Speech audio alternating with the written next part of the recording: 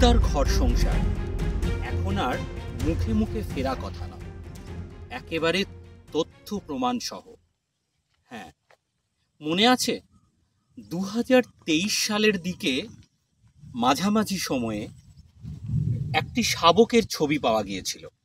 সেই শাবককে অরণ্য ভবন জানিয়েছিল এটি রেসিডেন্সিয়াল, কিন্তু সেটা কিন্তু একটা শাবক ছিল না।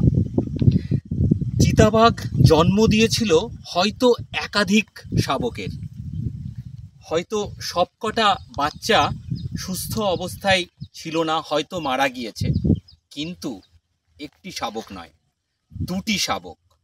আর তারা এখন একেবারে হৃষ্টপুষ্ট হয়ে পূর্ণবয়স্ক। আমি বলছি না, গ্রামবাসীরা বলছে না, বন দপ্তর বলছে না, বলছে বন দপ্তরের ট্র্যাপ ক্যামেরা। সম্প্রতি বন দপ্তরের ট্র্যাপ ক্যামেরায় যে ছবি ধরা পড়েছে তাতে একেবারে দুটো হৃষ্টপুষ্ট চিতা। তারা কিন্তু এখন আর সাব অ্যাডাল্ট নয়, তারা একেবারে পূর্ণবয়স্ক। আর সেই পূর্ণবয়স্ক চিতাকে নিয়ে, সেই ছবি নিয়ে খুশির শেষ নেই বন দপ্তরের।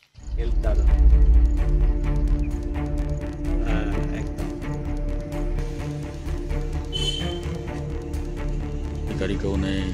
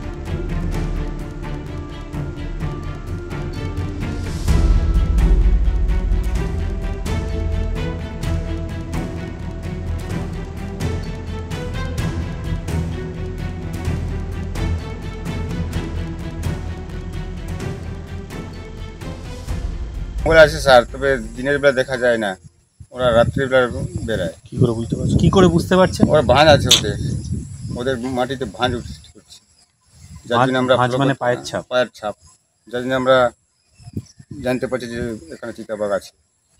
তো আপনারা যখন দিনের বেলায় যান তখন কি বলে, ভয় লাগে না? ভয় লাগে স্যার, কি করব, বাধ্য যেতে। এদিকে তো পেটে আহার দিতে হবে। কিন্তু ক্ষতি কি কিছু করে ওরা?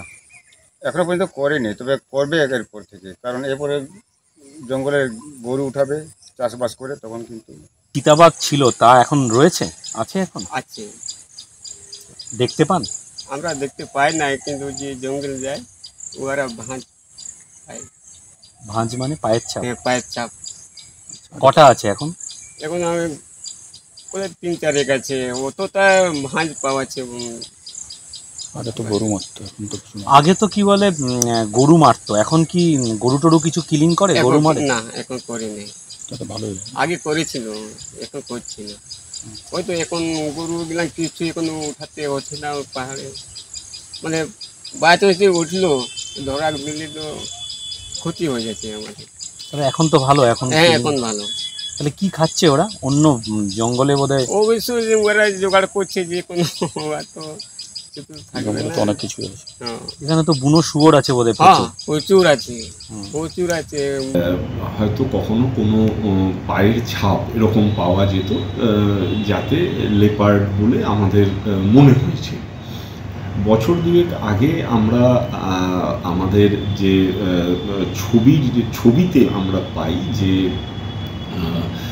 এক বা একাধিক সাব অ্যাডাল্ট লেপার্ডের মুভমেন্ট আছে। স্বাভাবিকভাবেই এক বা একাধিক সাব অ্যাডাল্ট লেপার্ড থাকলে তাদের বাবা মা তো থাকবেই সেখানে।